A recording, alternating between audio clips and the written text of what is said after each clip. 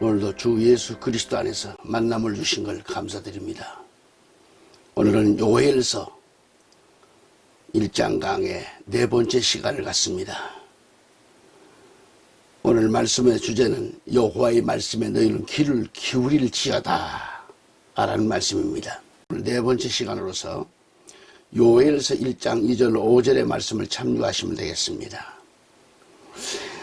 지난 시간에 이어서 말씀을 드리기 때문에 호세아서 4장 1, 2절은 어쩌면 오늘 우리가 살고 있는 이 시대의 실정을 그대로 보여주고 있을까? 오늘 이 시대를 그대로 말씀해주고 있습니다. 여기서 피가 피를 뒤대임이라는 말씀을 하셨습니다. 물론 지난주에 주간에 말씀을 드렸습니다.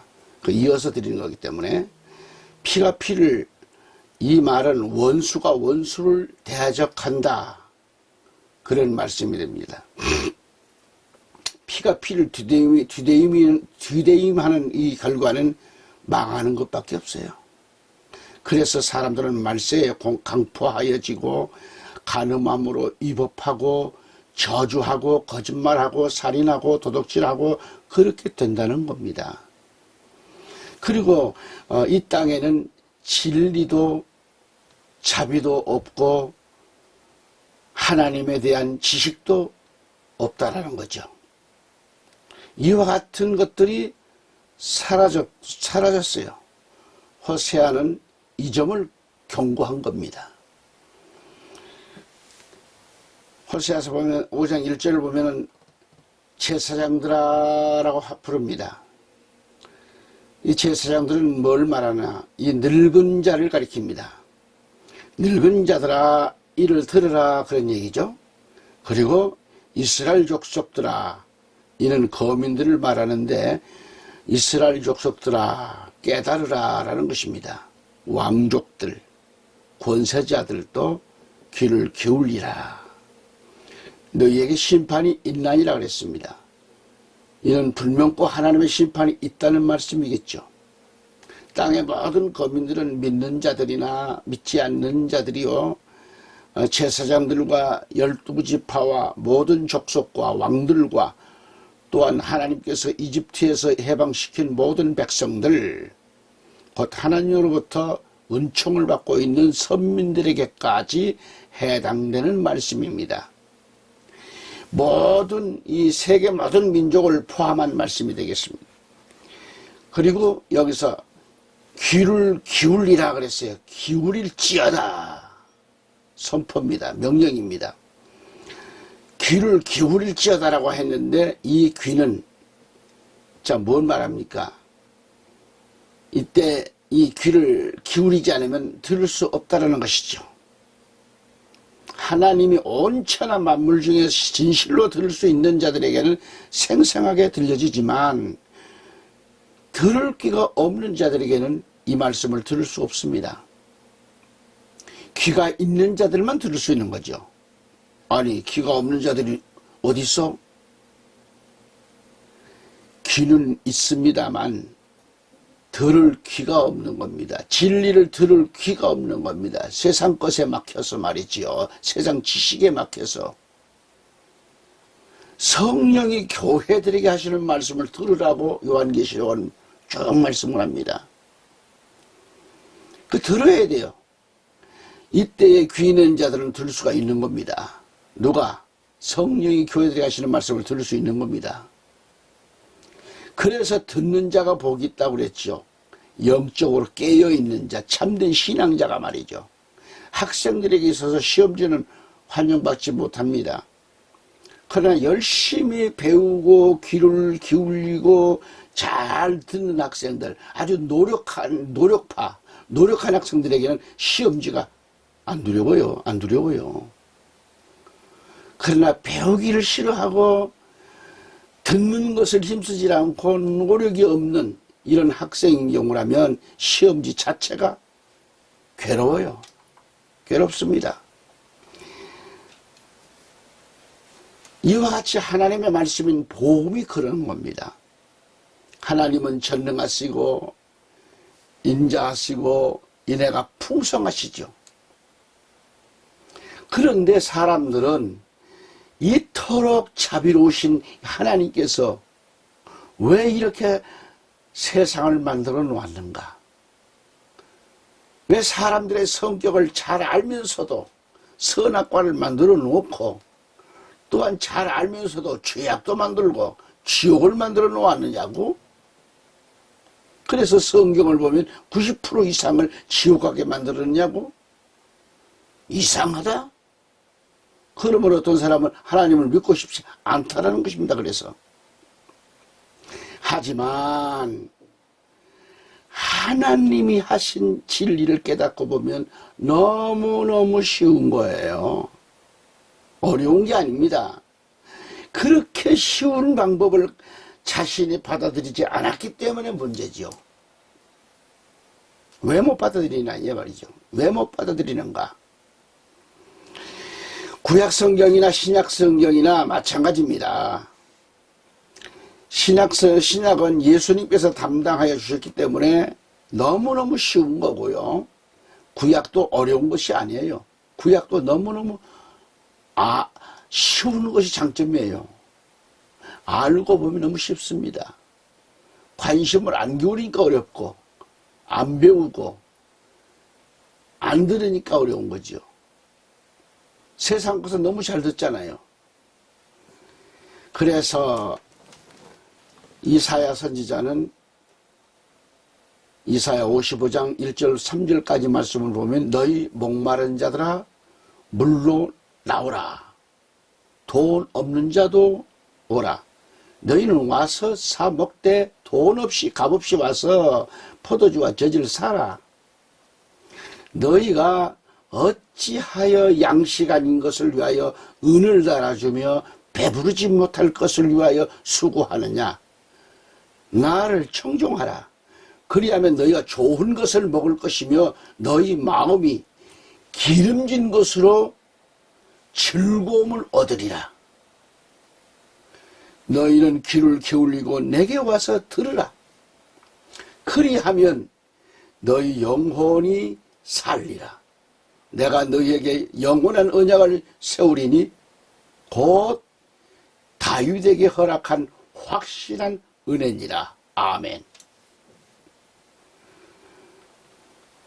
이 말씀을 또 그 히브리 직역을 보면은 이렇습니다. 새로 번역된 거죠.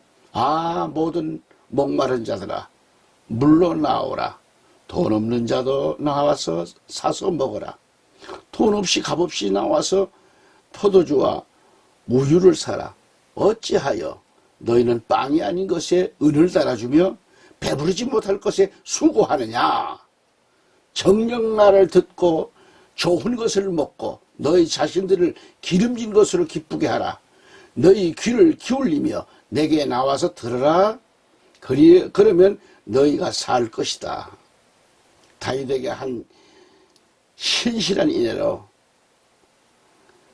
내가 너희와 영원한 언약을 맺을 것이다 라고 했습니다. 이는 다윗에게 언약한 확실한 약속입니다. 목마른 사람이 물을 마신다는 것은 너무도 쉽습니다. 목이 마른 사람에게 있어서 물은 너무도 보약과도 같다 이 말이죠. 너무도 맛있어요. 여러분 목마를 때 물이 얼마나 맛있습니까?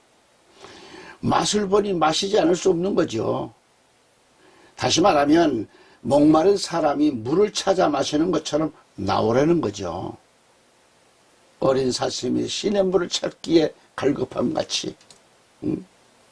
이게 돈이 없어도 물을 마실 수 있다라는 것이죠.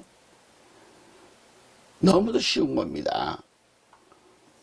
목이 마른 사람에게 있어서 여러분 물은 너무도 좋은 겁니다.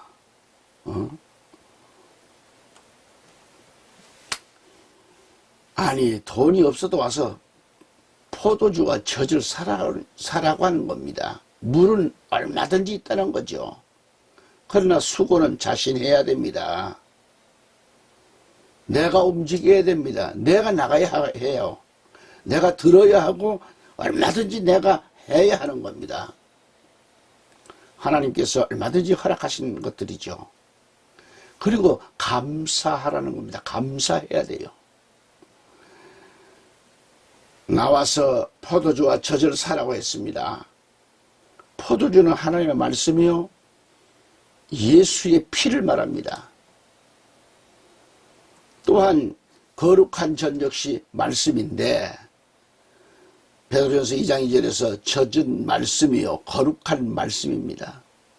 이것을 와서 돈 없이 사라는 거죠. 2절에서 어찌하여 너희는 양식이 아닌 것을 위하여 돈을 쓰며 배부르지 않는 것을 위하여 수고하느냐고 했습니다. 여기서 배부르지 않는 것이란, 물론 쉽게 말하면 담배도 되겠지요. 물론 담배란 물건은 없습니다만 배부르지 못하는 것 중에서 하나는 사실입니다. 배부르지 않는 것을 위하여 수고하느냐고 했걸라요. 그리고 2절에서 이어지는 말씀은 내게 열심히 경청하고 좋은 것을 믿으라, 먹으라는 겁니다. 그래야 너희 혼이 풍요함 속에서 스스로 기뻐하게 하라라고 말씀했습니다. 여기서 좋은 것을 먹으라고 하셨고, 너희 혼이 풍요함 속에서 스스로 기뻐하게 하라는 말씀은 성령이 충만하고 즐거움이 넘친다는 뜻이겠습니다. 환난이 와도 핍박이 와도 마음이 기름지면 이겨낼 수 있는 힘이 솟아요. 말씀을 가지고 내 심령이 무장되면 순교가 내 앞에 닥친다 할지라도 그거 두렵지 않습니다. 무섭지가 않습니다. 주님 위해서 내 몸을 즐겁게 내놓을 수가 있는 거예요. 다시 이사야 55장 3절 말씀을 다시 넘어가면 너희 귀를 기울이고 내게 와서 들으라고 했습니다. 너희 귀를 기울이라고, 들으라고 했어요. 복음을 들어야 합니다. 내 생명을 살리는 말씀을 들어야 됩니다. 좋은 소식을 들으라는 거죠. 온갖 세상 것에 귀를 기울이지 말고 영원한 것, 진리의 말씀에 귀를 기울이고 들으라, 이 말이야. 들으라는 겁니다. 그래서 귀 있는 자는 들으라. 내게 와서 들으라는 겁니다. 그래야 내 생명이, 내 혼이 산다는 말씀이죠. 내게 와서 들으라고 했습니다. 그래야 내 생명이, 내 영혼이 산다라는 말씀입니다. 여러분, 하나님의 말씀을 듣기만 하면 내 영혼이 산다고 했는데, 이 얼마나 쉬운가, 이 얼마나 놀라운 일인가. 무엇을 하라는 것도 아니잖아요. 응? 무엇을 내놓으라는 것도 아니고, 그저 와서 포도주와 젖을 사는데 돈 없이 사 먹으라는 겁니다. 그래야 내 영혼이, 여러분의 영혼이 산다는 거죠. 그리고 하나님은 너희에게 영원한 언약을 세우시겠다고 말씀했습니다. 영원한 언약, 이것은 영원불변을 말합니다. 영원불변. 영원한 언약, 곧 다윗에게 허락한 영원한 은혜니라고 말씀해 주셨어요. 바로 이 한마디 속에 강조가 얼마나 많은가. 그러므로 누구든지 귀를 기울이고 나와서 듣기만 하면 영생을 얻는다는 말씀입니다. 이처럼 쉬운 방법이 있는데 이 방법을 한사코 외면하고 힘들다고 하니까 문제가 아닐 수 없잖아요. 공부를 하지 아니하는 이 학생에게는 아무리 쉬운 문제를 주어도 그 답을 알 수가 없어요. 모르는 것은 손에 쥐어줘도 모른다는 얘기가 있습니다. 자기 손 안에 있는데도 몰라요. 하지만 위에서도 말씀드렸듯이 이 성경의 말씀을 보고 읽고 듣는 사람, 이 말씀대로 지키는 사람은 신앙생활이 어려운 게 아니다란 말이죠. 쉽습니다. 우리는 확실한 은혜는 전능하신 하나님의 선물이라고 했습니다. 구약도 결국은 하나님의 선물이요 은혜입니다. 계속해서 다윗의 계통을 통해서 이러한 언약의 말씀, 곧 예수를 우리에게 주신다는 뜻이죠. 그래서 시편 89편 34절에 보면 내 언약을 파하지 아니하며 내 입술에서 낸 것도 변치 아니하리로다 그랬습니다. 저 가지고 있는 또 이 킴제임스 성경을 보면 내 언약도 깨뜨리지 아니할 것이요 내 입술에서 낸 것도 변경시키지 아니하리라 이렇게 되어 있습니다. 그래요. 한 번 맹세한 것도 절대로 거짓이 없다는 말씀이죠. 다시 시편 89편 35절에 보면 내가 나의 거룩함으로 한 번 맹세하였은즉 다윗에게 거짓을 아니할 것이라. 이는 이미 다윗에게 복음을 주었다는 말씀이죠. 이사야 11장 1절에 이새의 줄기에서 한 싹이 나며 그 뿌리에서 한 가지가 나서 결실할 것이요 라고 했습니다. 이새, 바로 이 다윗의 아버지의 줄기에서 한 싹이 나며 그 뿌리에서 한 가지가 났다는 것은 나자르 그래요. 나자르인데 나사렛이 여기에서 나옵니다. 나자르가 결실할 것이라.